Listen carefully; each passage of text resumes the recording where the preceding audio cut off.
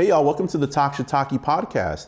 We're here at the amazing Leaven Kitchen here in Decatur, Georgia, where we're gonna be coming at you weekly with news of the food world. We're gonna do some interviews with some of our amazing members, some product demos, and we're gonna be trying out some new and unique foods as well. If you've been here before, welcome back. I'm glad you're here. Please make sure you're liking our videos, subscribing to our channel if you haven't already done so.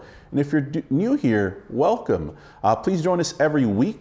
We'll be releasing a new podcast every Monday at 9 a.m. So please make sure that you're subscribed to our channel so you get an alert anytime a new one pops up. Like, subscribe, follow if you're not doing so already, and let's get things started.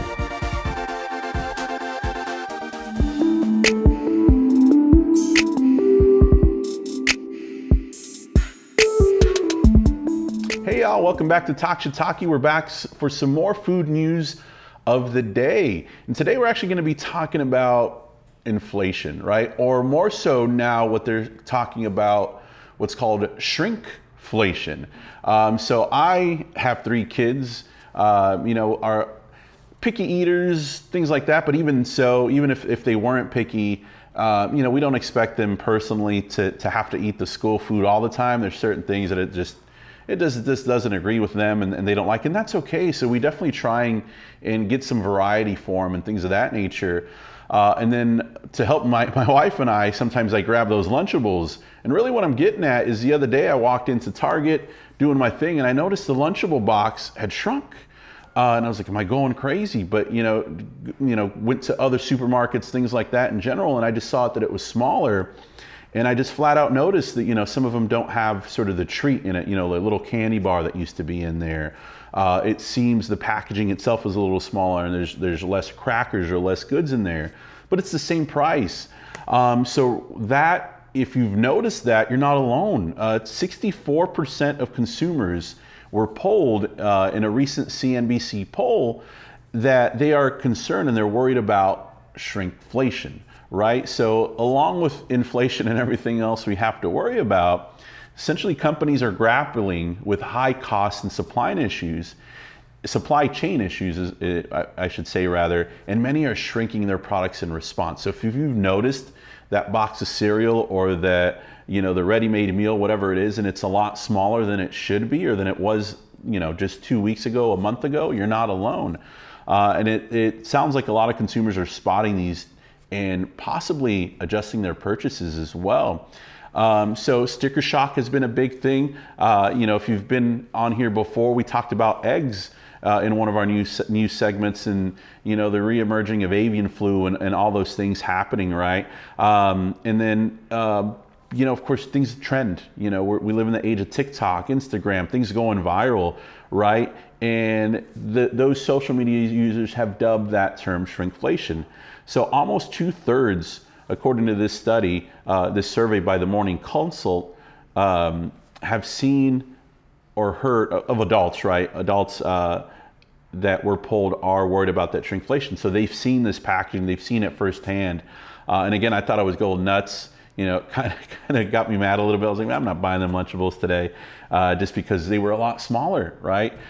So that makes you adjust going forward, and that really got me thinking, and this is what they sort of talk about in that poll, is people are worried about getting less for the same price. Well, you buy things like Lunchables and things like that for the convenience, right? You get up in the morning, you're getting ready for work, you're getting the kids out the door, you want to make sure their lunch boxes are good.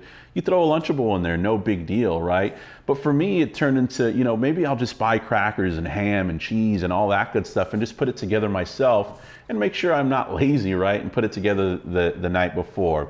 So again, if you've noticed things a little bit smaller, realize you're not alone. A lot of adults are starting to see that, especially us with children, or just everybody in general, right? If that packaging seems smaller, it's happening, and it's been again dubbed shrinkflation. Who knows where it goes from here? Seems like they're doing everything they can, right, to keep costs down. Personally, I'm okay with that, right? If I get a little bit less, I think I'd rather have a little bit less for the same price than pay more for the same thing I was getting before. I guess it's the same thing either way. There's really no win here, just in general. But yeah, it's caused a lot of adults just in general, a lot of parents in general, to rethink what they're doing and maybe not go for that easy route. So we'll see where it goes going forward.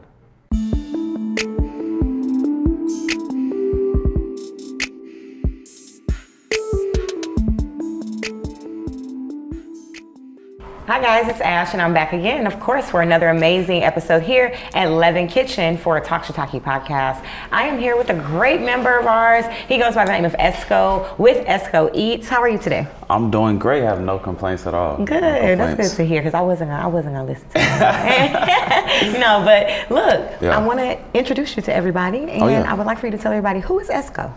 Oh man, listen. I love the name. No, I appreciate it. Esco's an interesting character, you know. I'm an entrepreneur. I really call myself more of a marketer. You know, I actually sell the world famous apple cobbler pie. It's a #1 destination dessert in the world. And you can only find us here right in Atlanta, Georgia. Awesome. Esco Eats. Esco Talk to me a Eats. little bit about the name of the company, and you just told us a little bit about what you serve, how you got started. Yeah, so funny story how I got started. I got to take it back to college, guys. Take it back. So look, I was sitting in a conversation in the Student Center in Jackson State, Mississippi, just coming out playing football. My friend was like, you know what'd be a cool job? I'm like, what's that? He said being a food critic. I was like, you know, that dude sound like a good job right there. So I thought about why I never wanted to watch a food show and why I never even was interested in food show and where the critics were at in this space. So, you know, I did my research, and basically what I found out was it wasn't targeted towards us. There was no type of network, mainstream network that targets towards people who look like me and my demographic. So if you go on Food Network, you'll see people who are probably older white males and females.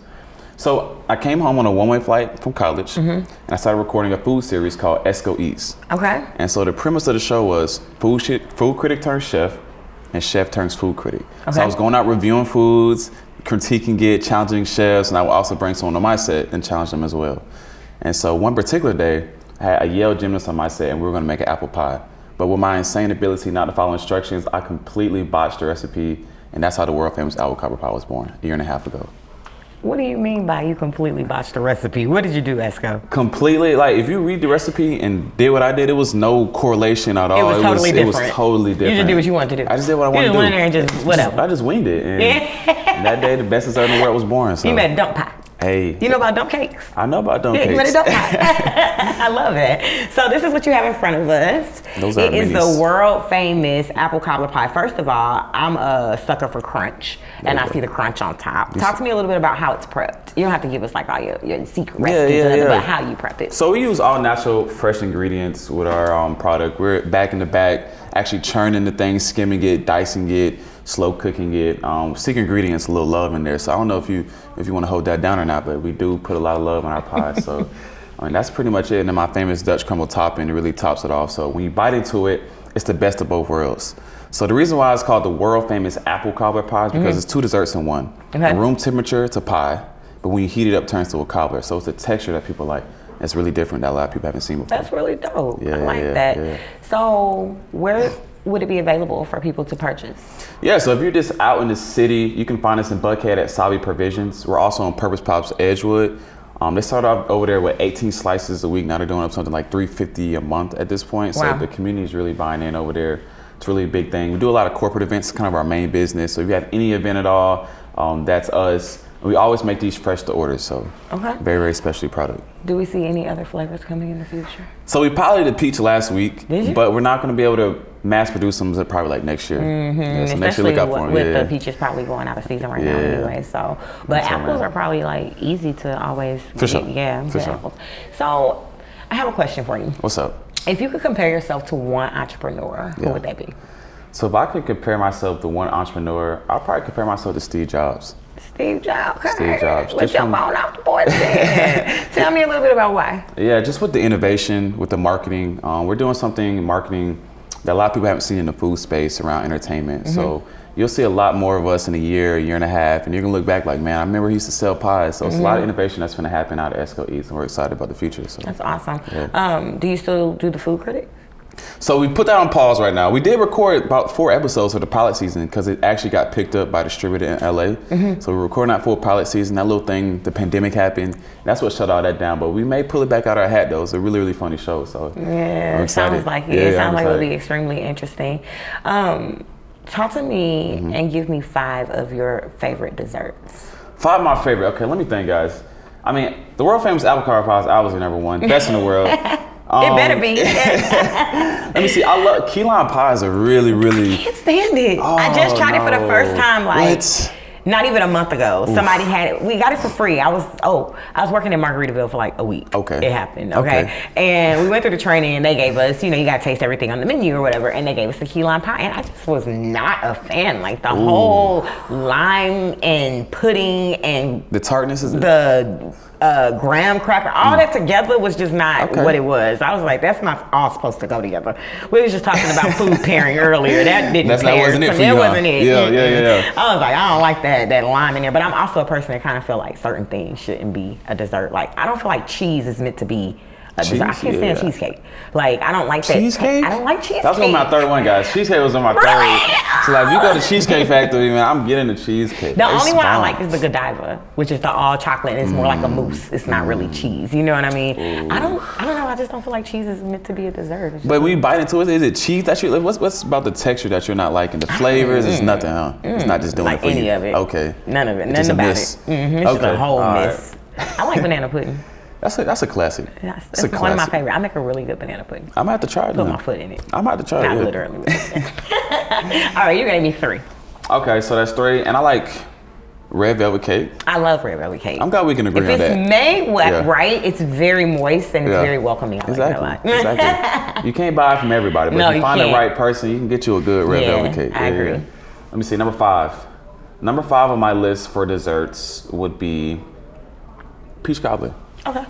That's fair. I like Southern classic, yeah. With some ice cream. Yeah, all the effect going on. You gotta do all that. You gotta do all that. For sure. I'm a foodie. I like to eat. So I'm big. I can't wait for you to try this though. I wish I had an extra one for you. Definitely. I'm gonna do a whole review. Oh, please. Please. I'm gonna challenge you.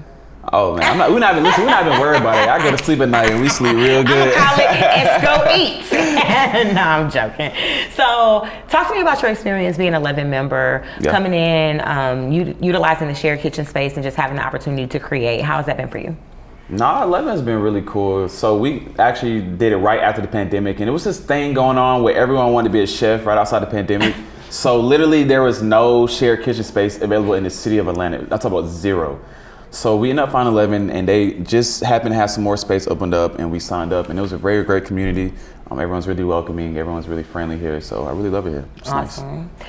So before we close out, tell everybody how they can find you, Instagram or social platforms, as well as like your website, and of course, again, how they can put in those orders. Yeah, guys, so look, you gotta follow us on Instagram at The Real Esco Eats on IG. We make some of the best entertaining food content, some creative marketing there. You can order a world famous apple cobbler pie on our website at escoeats.co, and our pickup spot is on Edgewood at Purpose Pops ATL. You can also order bundles of 12 and 24 minis on the website. If you wanna do a large catering, you can contact us on our website as well at escoeats.co. Awesome. Sounds good. Well, you guys know we're ending this episode. Thank you guys for tuning in and supporting. Make sure you hit the subscribe button below. If you are in need or looking for a kitchen space, make sure you reach out to us. You can find us on Instagram at Leaven_kitchen or visit us on the web at www.leavenkitchen.com or come in, meet us in person. It's 215 Laredo Drive right in Decatur, you guys. I'm Ash, Leaven Kitchen. We're signing out.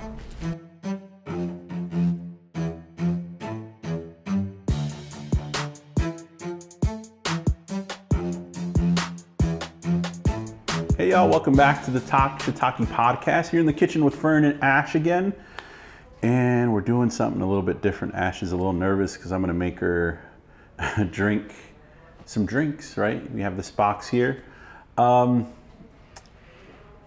like pop? Or what do you call it? What do you guys call it in St. Louis? I call it soda. Soda? Yeah. Pop. I used to call it Coke from Texas.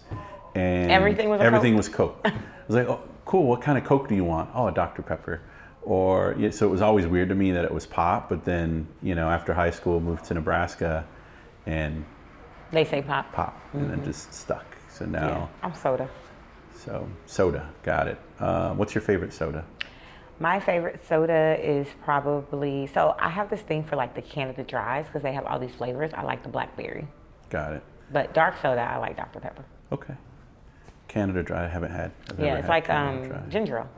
Got it. But they have flavors. So they have like a tangerine, a lemonade, they have a raspberry, and then they have this blackberry that is amazing. I like Dr. Pepper. Big Red. Have you ever had Big Red? I've had Big Red. I used to live in Texas. Big Red. I used to live in Texas. I've had Big Red, I've had Big Blue, I've had Big Peach. Yeah. They got them on tap. Here, I've only been able to find, and it's convenient because it's the gas station right by my house on Cascade, and they do have Big Red. They sell it in a 2-liter, but I haven't really been able to find anywhere else. So yeah, Big Red fan, Dr. Pepper fan. I like soda in general. Me too. You know, it was, yeah, now as an adult, yell at the kids because it half drank. Really, the only person in my house that drinks it besides me and my wife is Sean, our oldest. Really, we tried hard to not, you know, get the kids on the pop on the pop soda yeah. path. But they I feel like 2 liters go flat quicker than cans. Yeah. But maybe it's because we drink cans faster. But I just like a 2-liter just because it's, you know, nice. I like it over ice. It's nice and convenient. But so you can start on either side. You'll notice there's one that's a little bit unique. It looks a little unique. It looks a little familiar. In terms of what we have here. I'm not going to tell you what it is. But yeah, go ahead and try that one. Tell me what you think and see if you can guess what it is. Did I knock it over? No, you're good. I got you. So I'm going to close my eyes. Okay. What do you think? That's good. It's gingery. Gingery? But it's good. It's light. It's carbonated. It's kombucha. Ooh, kombucha. Have you had kombucha before? I have. Yes, I have. Shout out to Kamiko. Kamiko. I've tried it before. I don't know what flavor it is, but I definitely taste some ginger in there for sure. Got it. I don't know what else. Well, you may or may not be wrong. I may or may not. I'm going to tell you to the end. Oh, okay. So go to the next one. What's next? Go ahead with the next one. Close your eyes. You can't. Don't look at my cans.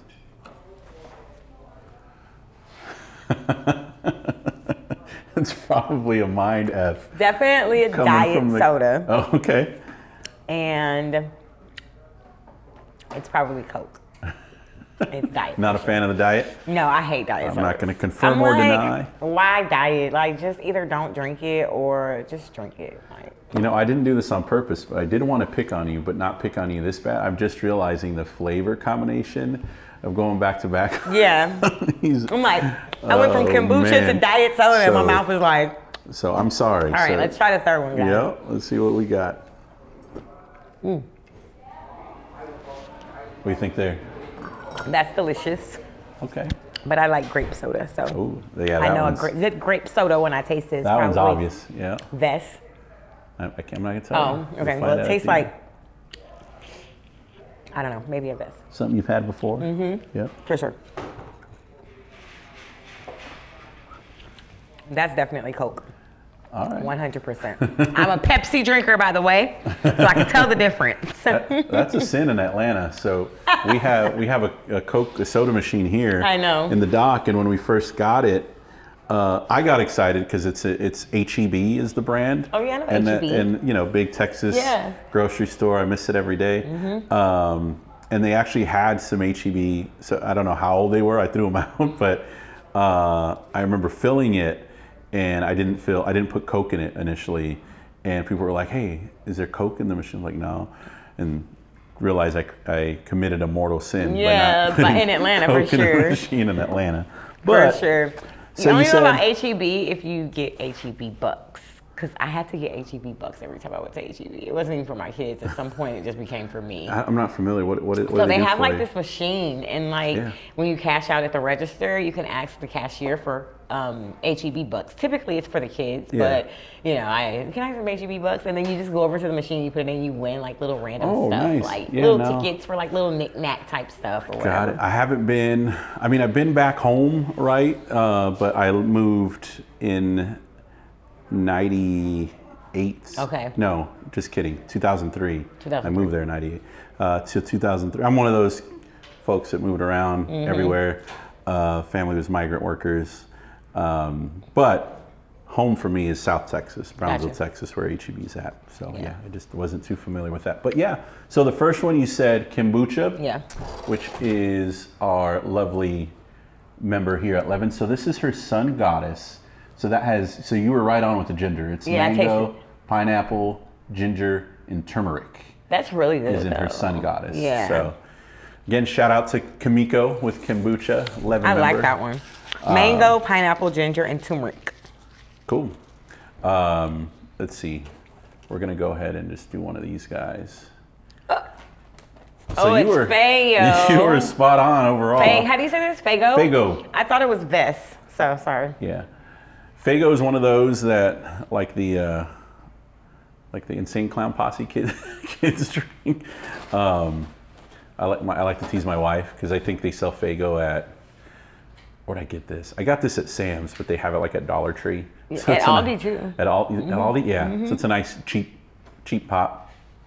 Diet Coke is disgusting. I figured I'd throw that in there just to mess with you. Especially coming off of kombucha. Yeah. No offense, Kamiko, but coming from ginger in my mouth, going to a diet, it was like.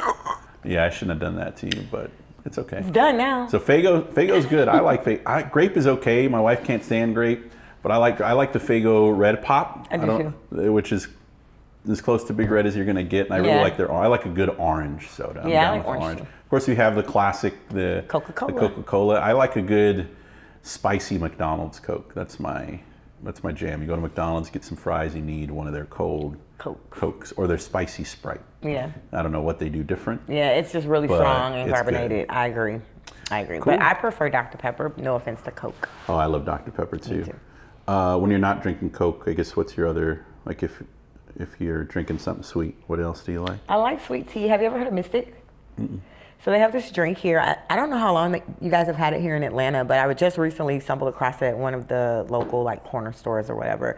And they have them. They're Mystics. So they have all these different flavors. It's actually a juice. So like more like a fruit punch vibe, but it comes in like kiwi strawberry, grape strawberry, all these different flavors. Tropical is probably the best. I feel like tropical is always the best.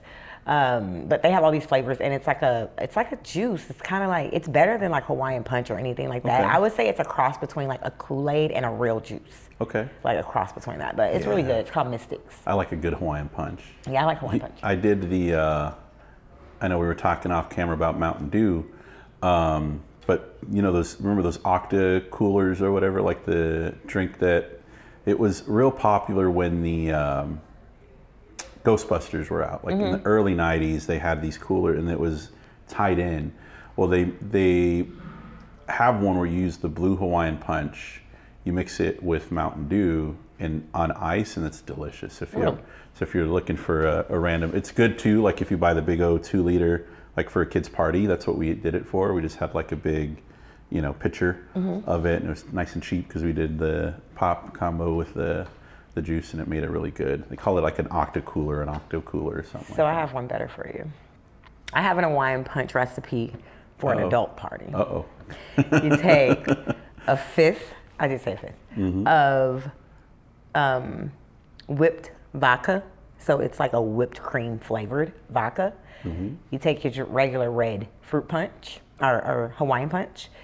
I do it in a punch bowl. So you put the ice in first. You put the liquor in second. You pour the Hawaiian Punch, the whole thing, on top. And then you stir it, of course. You put Sprite in it. And then you put a whole bucket of sherbet on top. Oh, wow. And it like essentially makes like this foamy type of almost whipped cream top to it.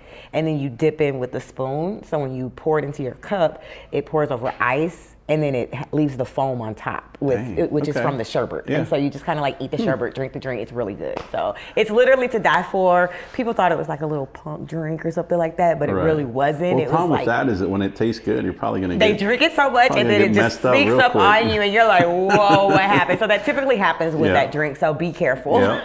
Drink responsibly. Yes, please. Thank you. Absolutely. Something a little different. My taste buds out a little bit, but it's all good. This was fun. Yeah, reach out to Kamiko at Kemboocha. So fantastic kombucha tea made here at Leaven Kitchen. She's everywhere too. She's been doing her thing. I've seen her on TV, on the news, and she's just overall just a fantastic person. So shout out to Kamiko. We're gonna have her on the podcast here soon. I know she's been on Gumbo. Yeah, she's amazing. Already. You guys check her out for the Feel to Heal I feel like it's something that people take lightly, but she does a Feel to Heal on her farm where it's like a meditation yoga event. It's open to the public. She does it once a month. She has a newsletter and a link that you can sign up for. And it's basically like a becoming one with earth, outside, no phones or anything. They serve kombucha while you're doing the yoga and everything. And it's more like a free your mind type of a thing. It's like an hour long. So check her out for those events. She does them monthly. Sweet. Yeah. Again, shout out to Kimiko. Thanks for joining us here at the Talk Shiitake podcast in the kitchen with Fern and Ash. And we'll see you next time. I think next time it's basic bee season. I'm a basic bitch. I love the fall. We're gonna look at some pumpkin spice stuff. Pumpkin spice, right? Everything pumpkin spice. I'm not a huge pumpkin spice person. Guys, please don't take offense to my face on this one because I do not like pumpkin spice. We're gonna try some unique pumpkin spice snacks. So come back and see us next week for that. Bye, y'all. This has been another episode of the Talk Shiitake podcast. I thank you guys for joining us. Again, don't forget to like, subscribe, and check out all the info in our info section or in the About Me section of this video, right? We'll have links there talking about all the products we just talked about today, linking you also to our amazing Leaven members. Thank you so much to our Leaven member of the day today for joining us, having a conversation with Ash. So that's really what it's all about. So make sure you're coming back every week to join us here at Leaven Kitchen for our Talk Shiitake podcast. We're going over news, we're going over some food reviews, we're looking at food, tasting food, which is probably my favorite part, and we're spotlighting our Leaven members. So come back and see us.